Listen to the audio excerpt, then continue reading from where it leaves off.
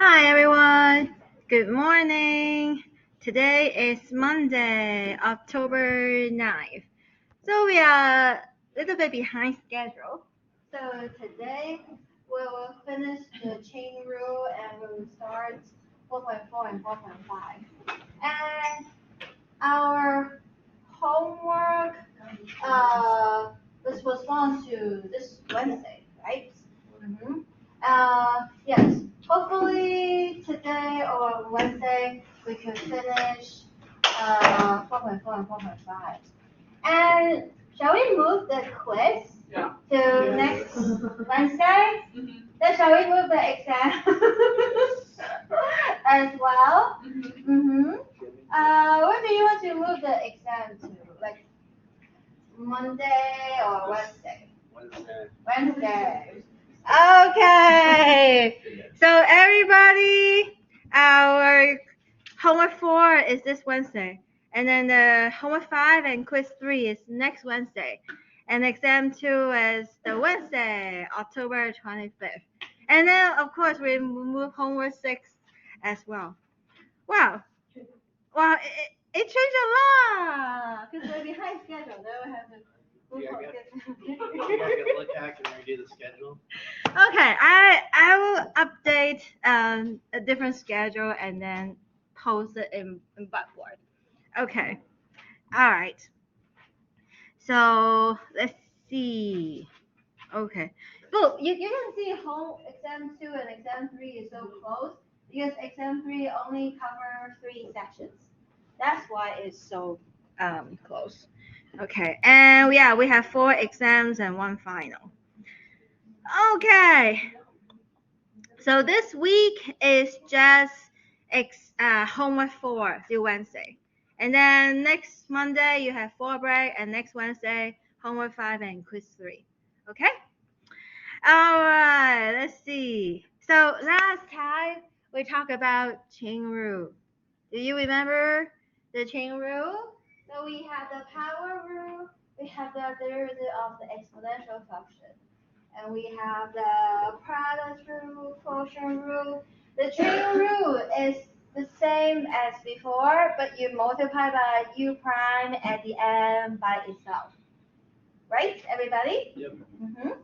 So therefore, the power rule is the same thing as before, but you multiply by u prime at the end.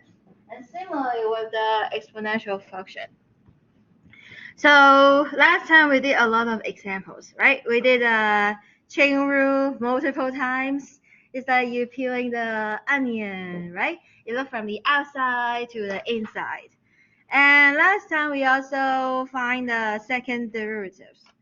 Okay, so today we continue to look at example 3. So here we have functions f and g, and part A, it says q equals f of x times g of x. And we want to find q prime of 5. Q prime of 5, first of all, you need to find what's q prime, right? Your q is f times g, then your q prime is, you see, f times g is a product. So we use product rule. Right, everybody? So it's the first guy prime. So f prime times second prime. Second. Don't take the derivative. Remember, the two students go to the restroom together. They go one by one. So and then f of x times g prime of x. Right, everybody? So common mistake is students just plug in 5 and find q of 5. No, we're looking for q prime of 5. So you need to take the derivative first. Okay? Another mistake is students plug in the 5 and then take the derivative. No. If you plug in the 5, you just get a constant. And then your derivative of a constant is 0. That doesn't make sense, right? You shouldn't get derivative is 0. So we should take the derivative first and then plug in a 5. You cannot reverse the order. If you reverse the order, you only get a constant. The derivative of constant is always 0, which does not make sense, right? Yeah. So we use the product rule. Now we're ready. Plug in x is 5. So q prime of 5 is f prime of 5, g of 5, f of 5, g prime of 5. So we replace x with 5. Okay, wait, look at the table. What is f prime of 5? -1. Yeah, f prime here, x is 5 here, -1. Good. Bless you. Will, what is g of 5? G of 5 is 12. Yes, 12. Good. Paige, what is f of 5? 3. Donjay, what is g prime of 5? Mm-hmm. 4, yes. Oh. Do you see the answer? It's 0. But you must do it like this. You cannot plug in a number and then take the derivative. Okay, everybody? Even though you get the right answer, but that way was wrong. Yeah. Okay. Let's keep going. So this is products. And part B. Do you see F is quotient, right? And the quotient rule is what? Remember the top get prime times the bottom, plus or minus? Minus the top times the bottom prime over what? The bottom square. Yes, everybody? So for rule, the power rule, the derivative of exponential function, and product rule, quotient rule, you must memorize. Okay? So just for rule, you must memorize. All right. Let's see. F prime. Sorry. Okay, so this we still have the x. The next step we plug in x is 5. Okay, so next step we plug in x is 5. So f prime of 5, g of 5, f of 5, g prime of 5 over g of 5 squared. Is that okay, everybody? That's 3. Oh, sorry. Where? Is that what? S of 3. S of Yes, sorry. No, 5. Oh, that is S. Yeah, S. 3, not 5. Thank you. 3. Okay. To change all the X by 3. Yeah, change to 3. Yeah, very good. But yes, we're looking for S prime of 3. Okay, so we can see what is F of 3. F prime of 3. -2. Oh, it sounds better.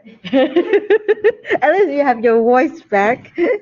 Gabby, G of 3.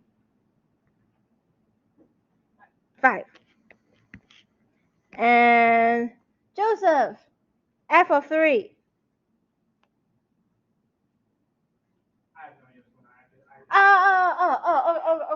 Okay. So, this problem, we don't have the formula of f and g. We only know the table values. Okay. So, the part A, we were looking for the derivative of the product. So we use product rule first, and then we plug in x is 5, and then we look at the table to find the values. And part B, we have quotient. So we take the derivative, we use quotient rule, and we plug in x is 3, and that's why we get this. So we are here g f of 3. So f is here. And when you plug in x is 3, do you see what do you get? 5, yes. And Layla, what's g prime of 3? What? 7, yes. And g of 3 was what? 5, right? So over 5 squared. Oh, do you see the numerator? I can factor out of 5. Then we get minus 2 minus 7 is. What's minus 2 minus 7?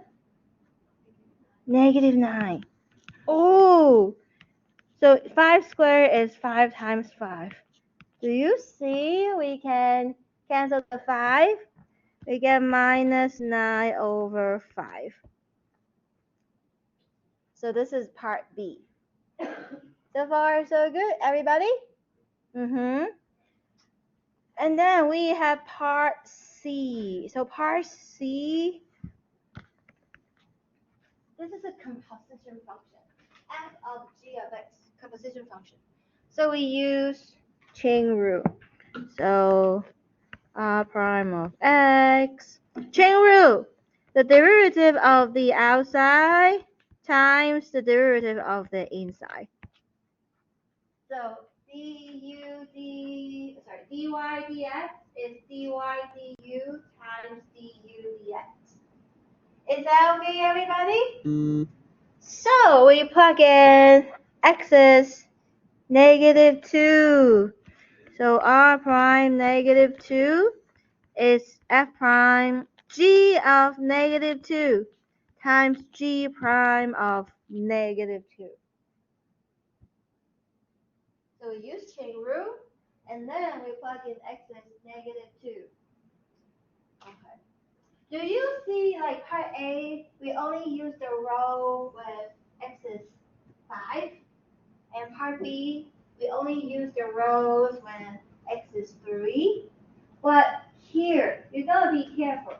The composition function is a two-step process. So you first figure out what is g of negative 2. Blank, what's g of negative 2? 5. 5. You see, g of negative 2 is 5. See, we look at the first row and we figure out g of negative 2 is 5. Now we look at the, see, your second step, f prime of 5. What's f prime of 5? Oh, f prime of 5, negative 1. Yes, right, everybody? See, we first look at the first row, but now the second step we look at the third row because your input change. So we need to look at different rows. So this is negative 1, and g prime of negative 2 is 10. Yes. So the answer is negative 10. So far, so good, everybody? So if I change the function a little bit, I can put a f prime here, okay? And then when you take the derivative of this guy will be f prime prime, and this is still f prime, right? So I can change the f and g, and then we can play with that. All right. Okay, so let's continue. Any questions about this problem? So we remember the rules and then plug in the right number. And when you deal with the chain rule, you have to be careful because it's a two-step process. The g of negative 2 and then f prime of the 5. So you have to do it slowly and make sure you don't make mistake. Okay, so let's keep going. Inverse function. Oops, what happened? Okay, so inverse function, exponential function, and logarithm function. So the next topic is going to be the derivative of exponential and logarithm function. So before we talk about that, I want to review 1.3 with you. So you probably learned this in the applied algebra, right? Applied algebra. Okay. So inverse function. Given the function f is inverse if the inverse exists. It's a function f to the minus 1 such that y equals f of x, then x equals f inverse of y. Are you okay with the inverse function? Do you still remember inverse function? So one-to-one function. A function is one-to-one on a domain if each value of f corresponds to exactly one value of x in the domain. So that is f is one-to-one on D if f of x1 is not equal to f of x2 whenever x1 not equal to x2. Okay, so let's use example to help us understand. Do you remember like x squared, y equals x squared, and here y equals x cubed? So remember for functions, we have the vertical line test. So this is a function, right? X squared is a function, vertical line test. Every vertical line only intersects once. And this is also a function. What is not a function? Like the unit circle is not a function because it intersects the vertical line 2 points, right, everybody? But we get this is a x squared is a function, x cubed are a function as well. But are they one-to-one? So one-to-one means one input give you one output. You cannot have two inputs mapped to the same output. Okay? But x squared. Do you see we have this horizontal, oops, sorry. We can use this horizontal line, and then we get the two input. Let's say this is 2 and this is minus 2. So 2 and minus 2, they all map to 4. So this is not 1-to-1, it's actually 2-to-1, right? So we have the horizontal line test. Say every horizontal line must intersect the graph at most once if we have a 1-to-1 function. Okay, everybody? So x squared is not 1-to-1, but x cubed. Is x cubed 1-to-1? Yes. If a function is 1-to-1, then we can find its inverse. Just switch the x and y, okay? But graphically, the graph of f and the graph of the inverse are mirror image about the line y equals x. That's why, what's the inverse function of x cubed? Okay, this is the line y equals x. Your mirror image. Do you see? This is the mirror image, and this is the keyword of x. So keyword of x is the inverse function of x cubed. You just look at the line y equals x, and you kind of flip it over across the line, and you get the keyword. Right, everybody? X squared. See, x squared is not 1-to-1, but it's okay. You can restrict the domain. So on that piece, it's 1-to-1. So that's why for x squared, we restrict the domain. We only look at the, what? This is x greater equal to 0, right? We restrict the domain. Therefore, this is now 1-to-1, okay? Then we can find the inverse. How do we find the inverse? Yeah, let's see. Y equals x, and we find the mirror image. Do you see this is the mirror image? That's the square root of x. So that's the inverse function. So inverse function, the mirror image across the line y equals x. Yes. Okay, and then the two famous inverse function are exponential function and logarithm function. Here, exponential function is, so usually we just use exponential function, okay? Exponential function, if e to the x is passed through 0, 1. Okay, everybody? And this is a picture if the base, so the base is here. If the base is greater than 1, you have an increasing function. If the base is between 0 and 1, it's a decreasing function. Okay, everybody? So let's say 1/2, like 0.5 to the x, then it's a decreasing function. If your base is 1, 1 to the x is just 1. You get a constant function. Okay, everybody? So this is look at your base. That yeah, in general, your exponential function is y equals b to the x. If b is greater than 1, you get increasing function. If b between 1 and 0, you get a decreasing function. If b equals to 1, you get a constant function. Is that okay, everybody? Mm-hmm. Okay, so, and then the log, see? X, so y equals b to the x. And when you apply log b, you get x is log by. Okay, everybody? Thank you. Thank you. So this is the log function. Okay. If we look at the e to the x, so usually we just want to work with the ln. Okay. So you look at the line y equals x, and you draw the mirror image. You see this?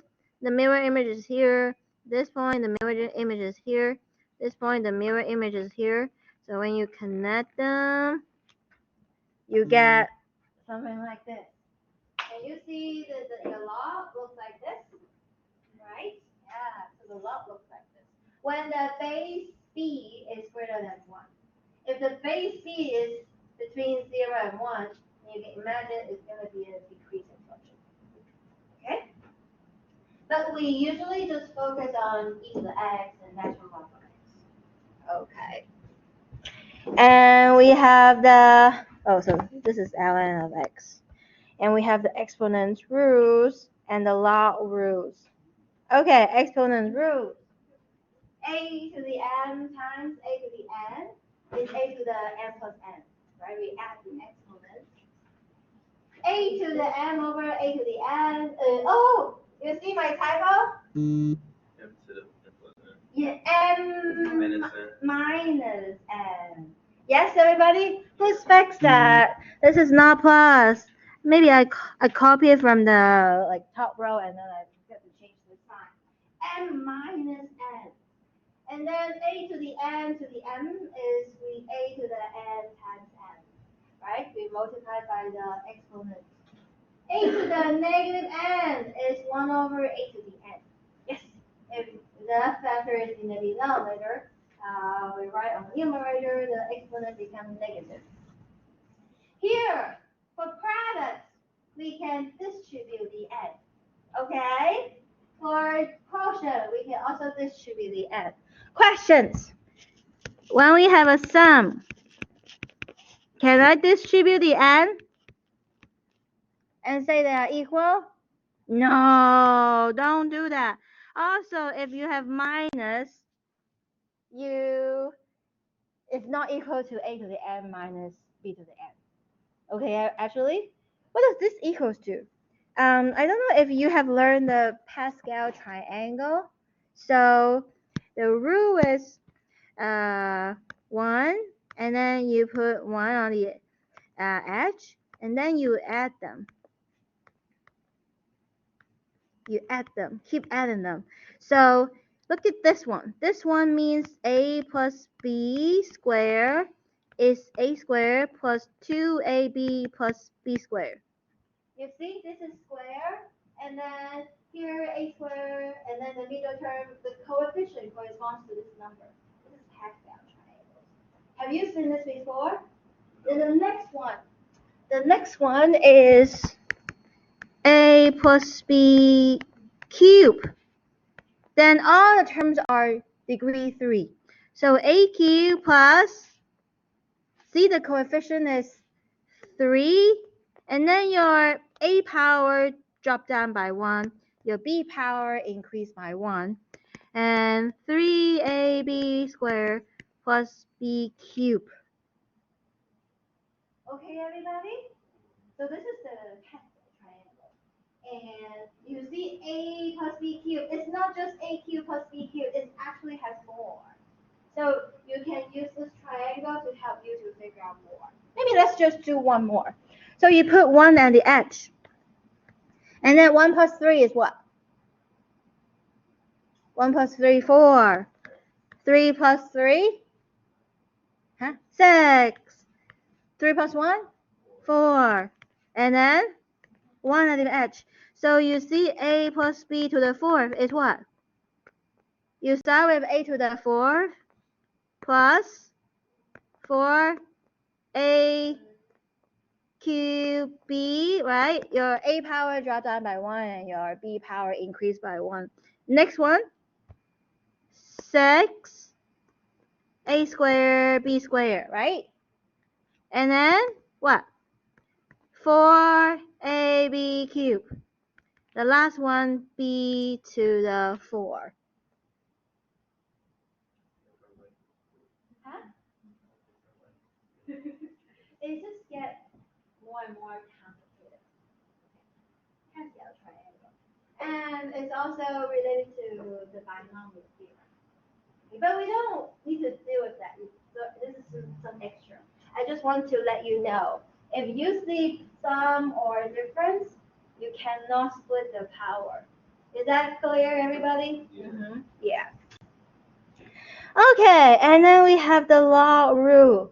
So log, we can break the product into sum of log. And we can break the quotient into subtraction. Okay, everybody? And the power, the exponent, we can move in front. We can move it outside the log in front. And we have the change of base formula. If we use a different base, this is so powerful. You know your calculator? It only has the natural log or the log base 10. So if you have log with other base, you have to use the change of base formula. Do you know that, everybody? The calculator only has ln and the log means base 10. So if you have other log, you have to change the base. And log b of 1 is 0. Okay? Because you can think of 1 is b to the 0. Therefore, log b cancel, you only get 0. And log b to the x, the log b and b cancel, you just get x back. And here, this is because of this change of base formula, so you can think of this left one is ln of c over ln of b. Do you agree, everybody? Yes, so you put the c on top and b at bottom. And this is 1 over its reciprocal. So ln b, ln c. So therefore, ln b over ln c is log cb. Okay, so you can use the change of base formula to prove that.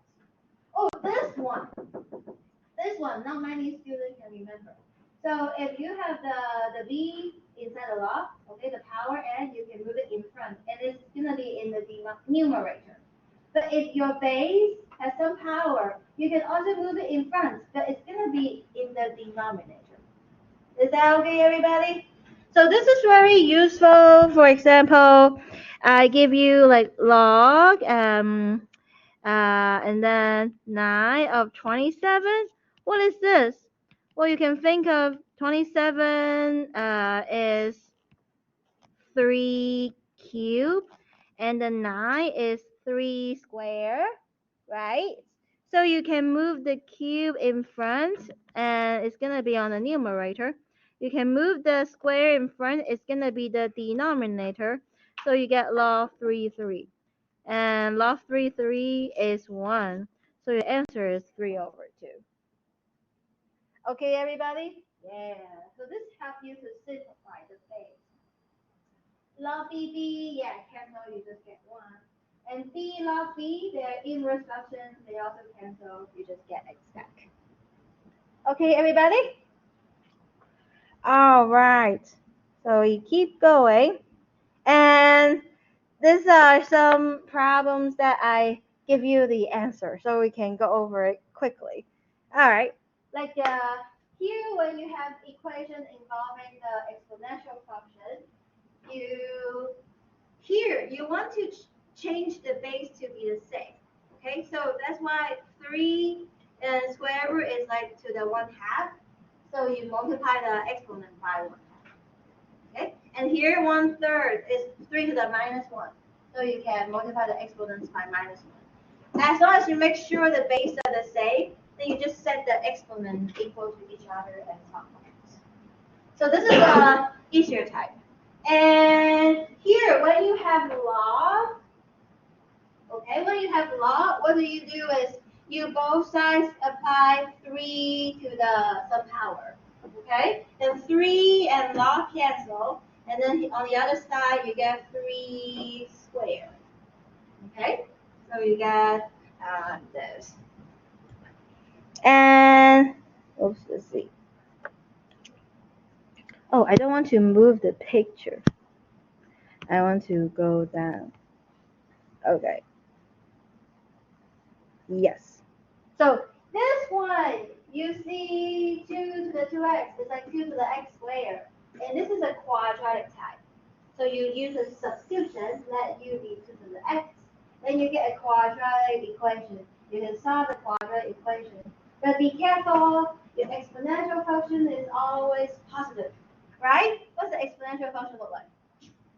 Right? It's always positive, so you don't take the negative number. Okay? It equals to 5, and then x is log to 5. Okay? If you want to use your calculator, this is what? This is change base formula ln5 over ln2. Then you can plug it in your calculator. And how about with the log? Okay, with the log, if you have more than one term with log, you need to combine into a single log first. So log of sum of log, when you combine them, it becomes multiplication, right?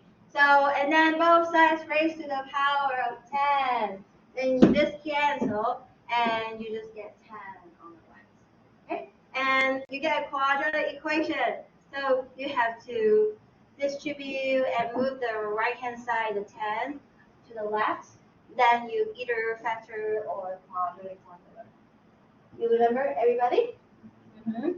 Okay, so yeah, and this side similar to you want to combine the logs, okay, on both sides, and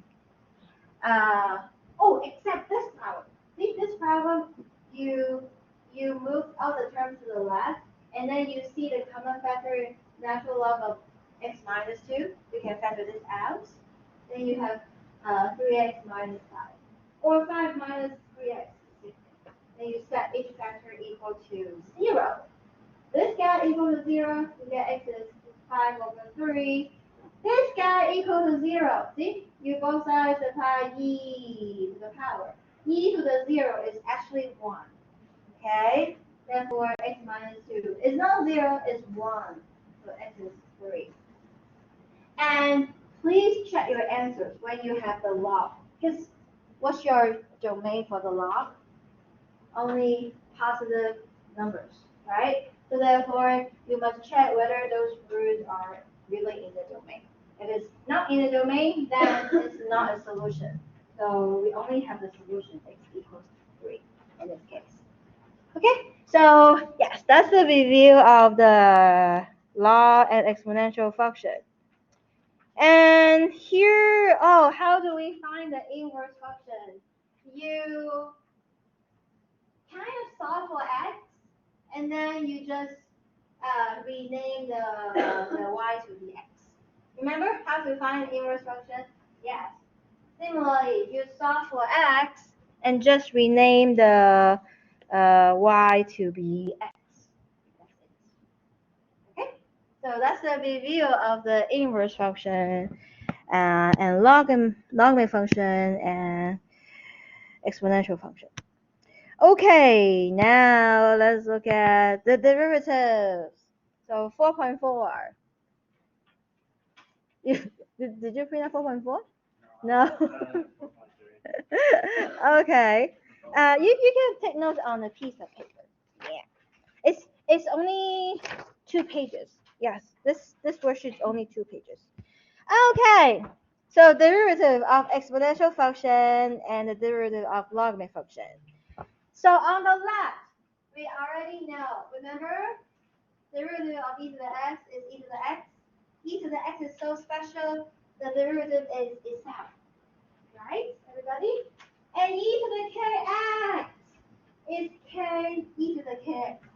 Remember the story I tell you? Father looks like the sun, and father has mustache. Right? So father looks like the sun, but father has the mustache.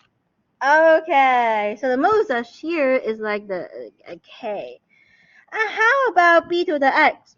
Well, you can think of b to the x is e to the ln b to the x.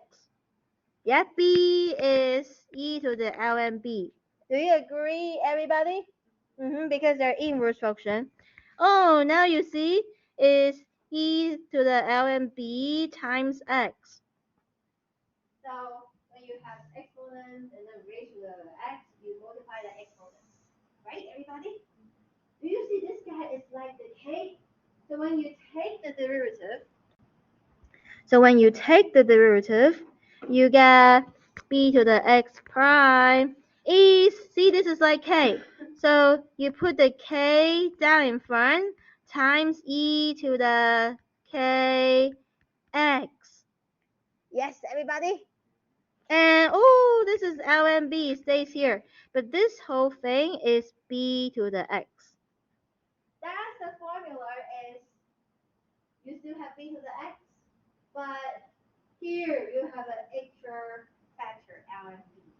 So you can think of father still looks like the sun, but in this case, ooh, your mustache is more fancy. So here, this is k. Here, this is ln b. But you see, b to the x, you still have b to the x, so father still looks like the sun. Question? What's the deal with the faces? Huh? What's the deal with the smiley faces? Oh, smiley faces? Oh, you don't like smiley faces? Now I was trying to see how they correlate to each other. Oh, okay. So I'm saying father looks like the sun. You know, some pictures, father really looks like the sun. So that's why e to the kx, you still have e to the kx. Okay. You don't subtract 1 from the exponent. It's still e to the kx. But father is getting old, so we have this. So this So is the the K is k. not front. Yeah, the k is in front.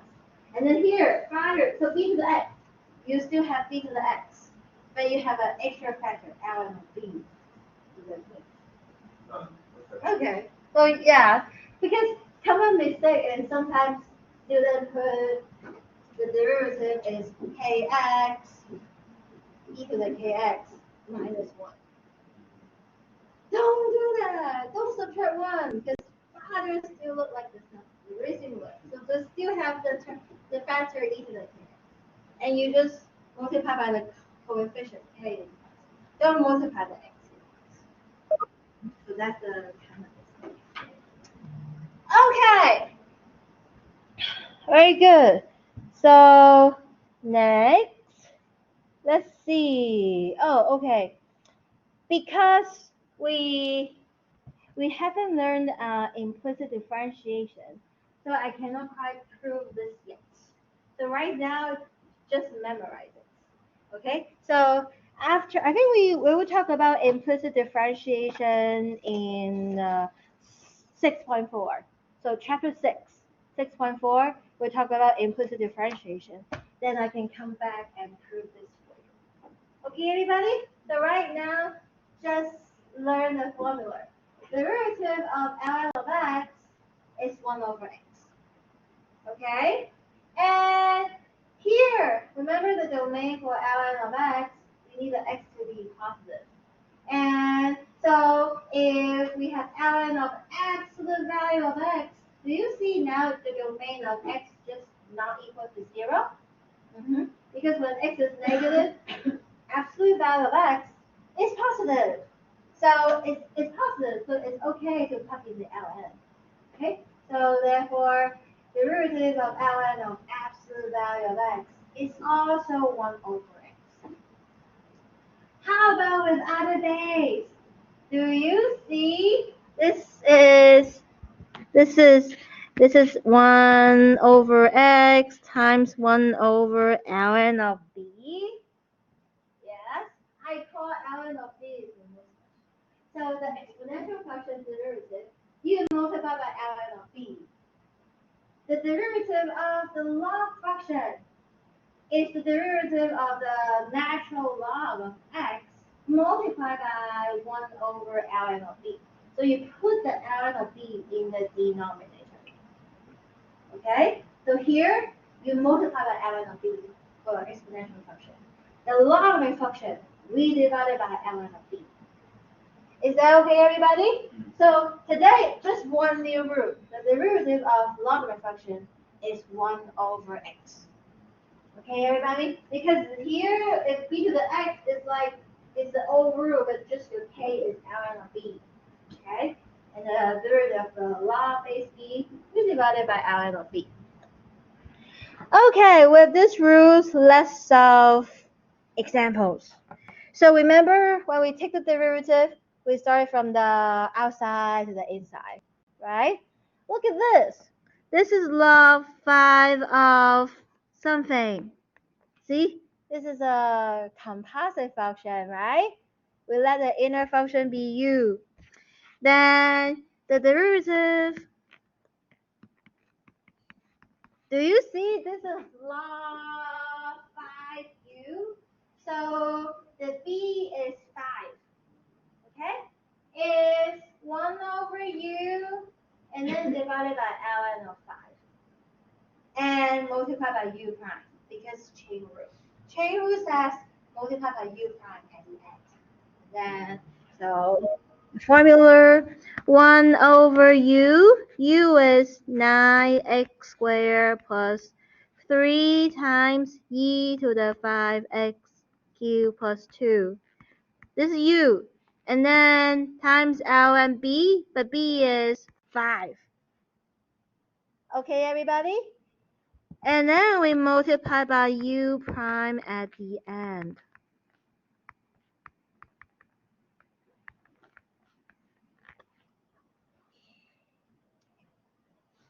So far, so good? Everybody? Yeah, we use this rule. 1 over x, 1 over u, ln of b, b is 5, times u prime at the end because of the chain rule. Okay? And we keep going. For the factor with no prime, just copy it. So we copy this down. 5x cubed plus 2 times ln of 5.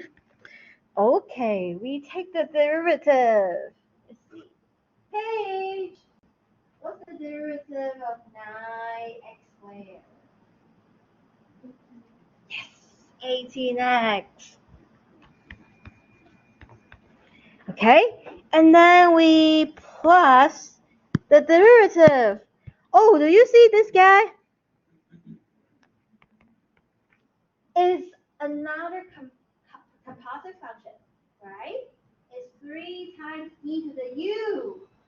So the derivative of 3 times e to the u is, we can see, what's the derivative of 3 times e to the u?